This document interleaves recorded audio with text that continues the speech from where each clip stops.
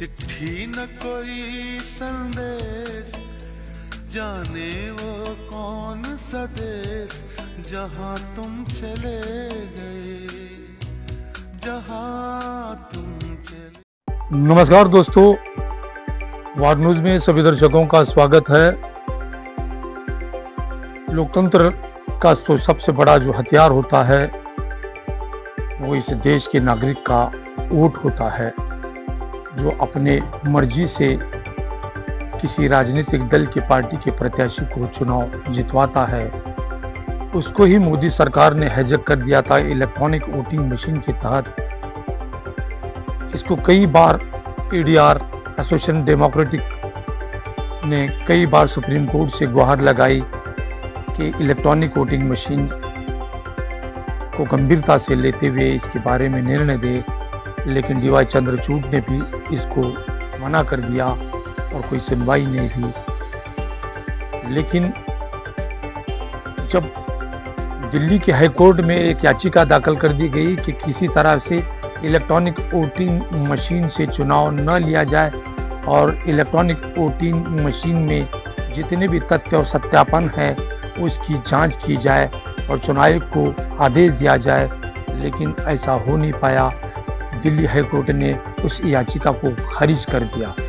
फिर उसके बाद ईडीआर ने और याचिकाकर्ता ने supreme court chief justice of Sanju Khanna की अदालत में बेंच में याचिका दाखिल कर दी और संजू खन्ना ने इस याचिका को मंजूर करते हुए सुनवाई के लिए समय भी दिया और पूरी जांच पड़ताल और चुनाव आयोग को इससे पहले उन्होंने नोटिस भी जारी किया है कि चुनाव आयोग 18 फरवरी को रिटायर होना है।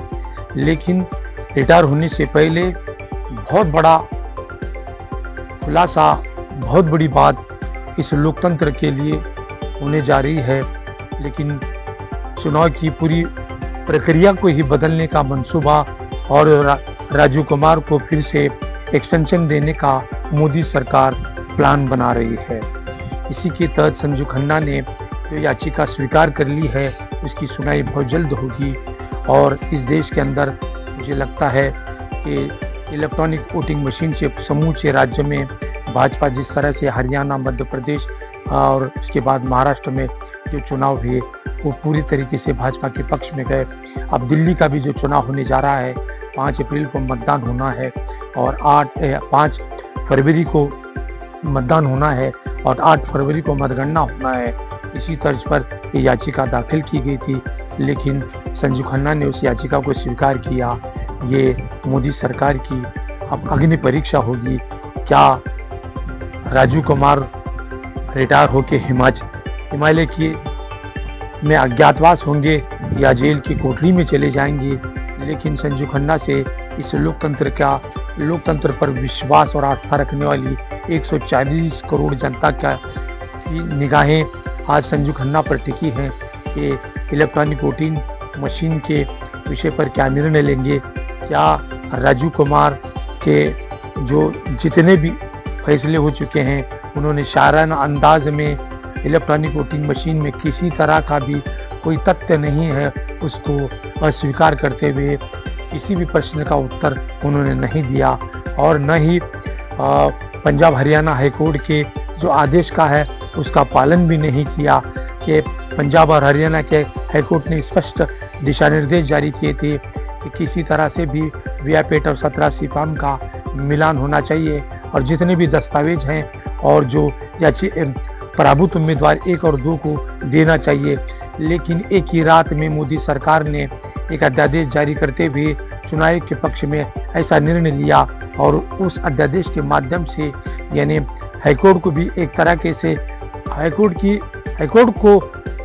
के आदेश की भी अवमानना करते हुए मोदी सरकार ने एक रात में ही अध्यादेश पारित करते हुए इन्हें किसी तरह के भी वीपैट द्वारा मांगे गए याचिकाकर्ता और उसको देने का कोई अधिकार नहीं, कोई देना ही नहीं चाहता।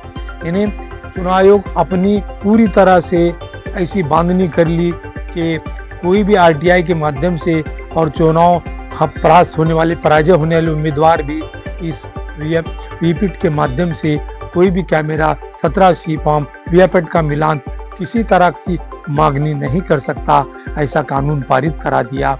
ये लोकतंत्र नहीं बल्कि हिटलरशाही इस देश में चल रही है। अब देखना है संजू खन्ना क्या निर्णय लेंगे। क्या राजू कुमार को कटघरे में खड़ा कर देंगे कि जितने भी निर्णय राजू कुमार चुनाव आयोग ने लिए हैं वो पूरे भाजपा के प्रत्याशी के तौर पर उन्होंने काम किया है। देखते रहिए वार न्यूज़ की एक विशेष रिपोर्ट है जो हम अपने दर्शकों को राष्ट्रीय स्तर यानी चुनाव आयोग और सुप्रीम कोर्ट के बारे में बताने जा रहे हैं। धन्यवाद।